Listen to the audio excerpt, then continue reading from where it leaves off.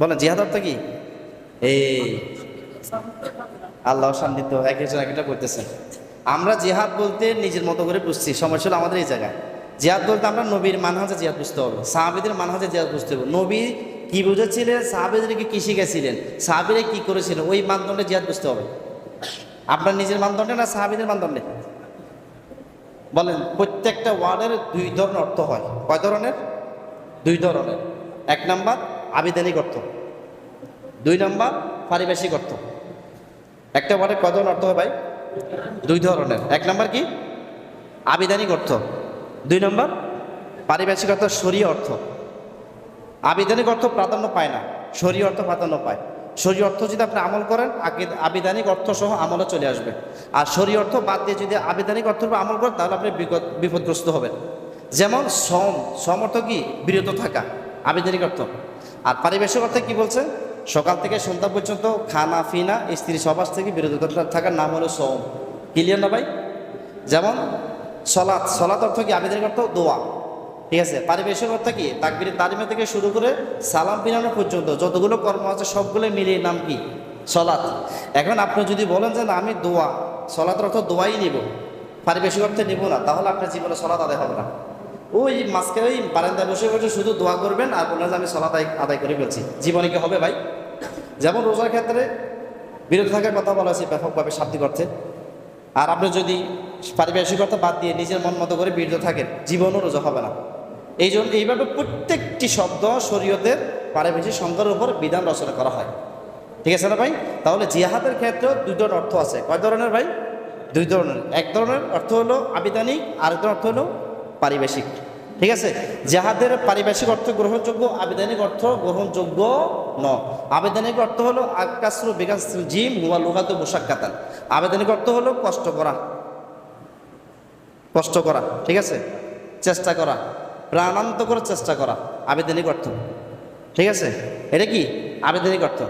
আর পরিভাষা বলা হয় আপনার তিরমিজি হিসেবে হাদিস আছে, নবীজিকে জিজ্ঞাসা করা হলো মাল জিহাদ ইয়া রাসূলুল্লাহ, হে আল্লাহ রাসূল সাল্লাল্লাহু আলাইহি ওয়াসাল্লাম জিহাদ কি?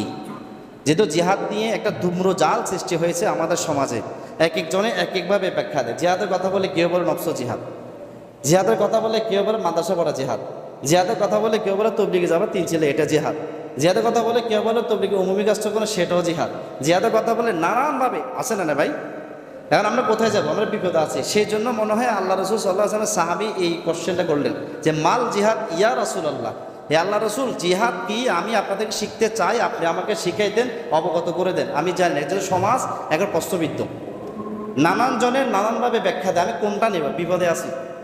পুরা মিচিং না ভাই, পুরে মিচিং।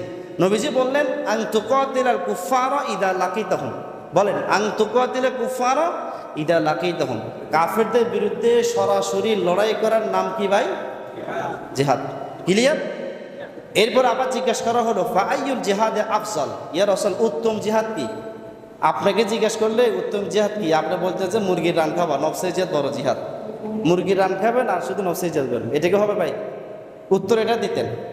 নবী সাহাবী জিজ্ঞাসা করি ইয়া রাসূলুল্লাহ, ঠিক আছে আপনি জিহাদের সংজ্ঞা দিলে আমি বুঝতে পারলাম, তাহলে উত্তম জিহাদ কোনটা হবে? কারণ উত্তম জিহাদ নিয়েও একতলাপ সমাজের ভিতরে, ঠিক আছে কিনা ভাই? একতলাপ। নবীজি বললেন মান উরিকা জাওয়াদহু ওয়া মান উরিকা দামুহু, যুদ্ধের ময়দানে নিজের রক্তাক্ত শহীদ হওয়া, সাথে যে গোড়া থাকবে সবাই থাকবে সেটা রক্তাক্ত শহীদ হওয়ার নাম হলো উত্তম জিহাদ। সুবহানাল্লাহ বিহামদিহি। তাহলে কুফফারদের বিরুদ্ধে যুদ্ধ করার নাম হলো জিহাদ, ঠিক আছে। এবং সেখানে গিয়ে রক্তাক্ত হওয়া, গোড়া আসা শহীদ হওয়া, এটার নাম হলো উত্তম জিহাদ।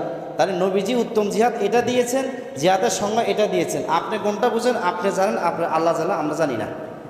নবীজি যেটা জিহাদ বলছে সেটা আমরা জিহাদ বলি, নবীজি যেটা জিহাদ বুঝছে সেটা আমরা জিহাদ বুঝি, নবীজি জিহাদ শিখেছেন আমরা জিহাদ সেটা বুঝি। কারণ সাহাবা কেরাম জিহাদ বলতে বদরকে বুঝতো, সাহাবা কেরাম জিহাদ বলতে খন্দককে বুঝতো, সাহাবা কেরাম জিহাদ বললে উহুদকে বুঝতো, নাকি বোর কাছে চলে যাওয়া বুঝতো। হ্যাঁ, একজন সাহাবীর ঘটনা আছে না, স্ত্রী সবাস করছে, গোসল করা বাদ দিয়ে লড়াইয়ের মধ্যে চলে গেছে, কে উনি বুঝতো না? কি বলেন, বুঝতো কি না? ওনারা কি বুঝছে? এটা ওইটাকে বুঝছে। আর আপনি যদি ওনাদের থেকে ভালো কিছু বুঝে যদি এই দিক দিয়ে দৌড়েন, আপনি দিকভ্রান্ত নিজেও উম্মাকে করছেন। জিহাদ দুই প্রকার। ক প্রকার ভাই? দুই প্রকার। জেহাদে একদামি, জেহাদে দেফাই। বলেন জেহাদে একদামি, জেহাদে দেফাই। একদামি মানে আক্রমণাত্মক, দেফাই মানে প্রতিরোধ।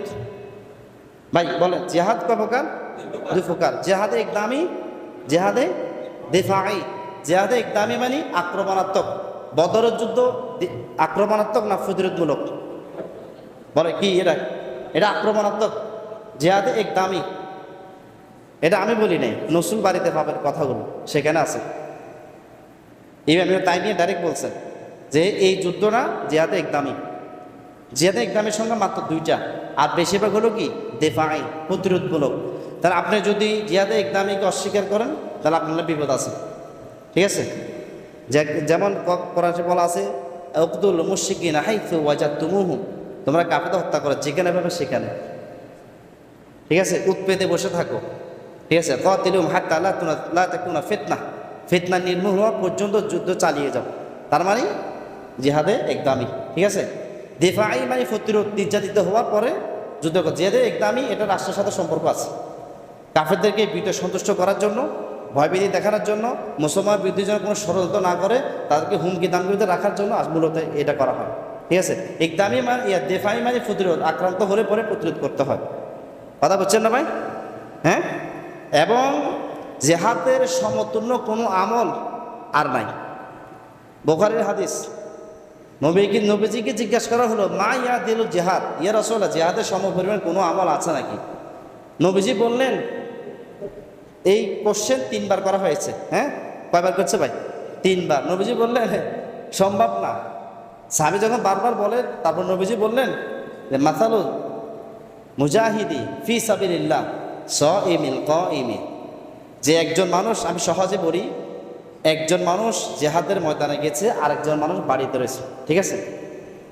তো যিনি বাড়িতে আছে তিনি টানা রোজা রাখবে ইফতারি ব্যতীত, পারবে? বাড়িতে যিনি আছেন তিনি টানা সালাত আদায় করবে বিশ্রাম ব্যতীত, তিনি কি পারবে? পারবে ভাই বলেন? নবীজি বললেন এই ব্যক্তি যেমন বিশ্রামহীন সালাত আদায় করতে সক্ষম না, ইফতারিহীন সিয়াম পালন করতে সক্ষম না, তদ্রূপভাবে জেহাদ সমপরিমাণ কোনো আমল সম্ভব না। সুবহানাল্লাহ বিহামদিহি। ক্লিয়ার? সম্ভব না। এবং নবীজি বলছেন লাগাত ওয়াতুন ফি সাবিলিল্লাহি আরওহাতুন খায়রুম মিনাদ দুনিয়া ওয়া মা ফিহা। ঠিক আছে? আল্লাহর রাস্তায় 1 সকাল 1 বিকাল জিহাদের ময়দানে গোরফা করা দুনিয়া এবং দুনিয়ার মধ্যে যা আছে সব কিছু উত্তম। নবীজি বলছেন এটা হলো আমার চেতনা, এটাই আমার চেতনা। আবার থেকে হাদিস লাওয়াদিতু আন উকতালা ফি সাবিলিল্লাহি সুম্মা উহিয়া সুম্মা উকতাল সুম্মা উহিয়া সুম্মা উকতাল। আমার ইচ্ছে হয় আমি আল্লাহর পথে একবার শহীদ হই, আবার জীবিত হই, আবার শহীদ হই, আবার জীবিত হই। এই চেতনা কি আমার আপনার আছে? মনে রাখবেন পুরো কুফফার শক্তি এই চেতনা মানুষের হৃদয় থেকে মুছে ফেলার জন্য সব ষড়যন্ত্র করে। আপনি নামাজ পড়বেন তেমন সমস্যা করবে না, মসজিদ মাদ্রাসা নির্মাণ করবেন তেমন সমস্যা করবে। যদি বলেন যে কোনোভাবে জিহাদের কথা, এই আপনাকে পাইছে। কারণ ওরা জানে যে এটা দিয়ে কুফফার শক্তি কোমর ভাঙবে, সমস্ত শিরককে দাফন করবে, সমস্ত কুফুরকে কবর রচনা করবে। কথা ক্লিয়ার ভাই? এই একদম পরিষ্কার, একেবারে পরিষ্কার। এবং কোরআনে কারিমে তাওহীদের পরে সবচেয়ে বেশি আয়াত হলো জিহাদের আয়াত। তাওহীদের আয়াতের পরে সবচেয়ে বেশি আয়াত কিসের ভাই? জিহাদের আয়াত। প্রায় 450 বা 500 কাছাকাছি এত আয়াত। এবং নবীর নামে একটা সূরা নাম, সূরার নাম হলো সূরাতুল মুহাম্মদ। মুহাম্মদের অপর নাম হলো কেতাল। মোহাম্মদ অপর নাম কি ভাই? কেতাল, যুদ্ধ। নবীজি এই জন্য বলতেন আনা নাবিউল মালহাম, আমি যুদ্ধ নবী। আমি যেমন দরদ নবী, আনা নাবিউর রহমা, আমি যেমন দরদ নবী, আনা নাবিউত তওবা, আমি যেমন তওবার নবী, আমি যেমন দরদ নবী, মায়াবী নবী, আমি আবার তেমন যুদ্ধ নবী। নিজেকে গালি দিলে প্রতিশোধ নেই না, আল্লাহ রসুল আল্লাহ বিরুদ্ধে করলে, ইসলামের বিরুদ্ধে করলে তখন আমি অ্যাকশন নিই, যুদ্ধ নবী। কথা ক্লিয়ার ভাই? তাহলে জিহাদের সঙ্গে আমরা ক্লিয়ার পাইছি, বিভ্রান্ত হওয়ার কোনো কারণ নাই। কেউ যদি আপনাকে বলে জিহাদ মানে এটা, আপনি বলে যে ভাই এটা শাব্দিক অর্থে, আপনি শাব্দিক অর্থে দিকে চাইয়েন না, শাব্দিক অর্থের দিকে যাওয়ার দরকার নেই। আপনি নবী যেটা বুঝছে, সাবির যেটা বুঝেছে ওইটার মধ্যে আসেন, তার সমাধান হয়ে যাবে। মিছিল মিটিং জিহাদ না, ফেসবুকে স্ট্যাটাস এটা জিহাদ না, কি না ভাই? জিহাদ না। পত্রিকাটা লেখা দিন এটা জিহাদ না। সাবিরে এটাকে জিহাদ বলছে না, ওইটাকে জিহাদ বুঝছেন, যেটা দিয়ে শয়তান শুদ্ধ পালিয়ে যায়। হ্যাঁ, নির্বাচন জিহাদ না। ঠিক আছে? নির্বাচন একটা নির্বাচন, কিন্তু জিহাদ না।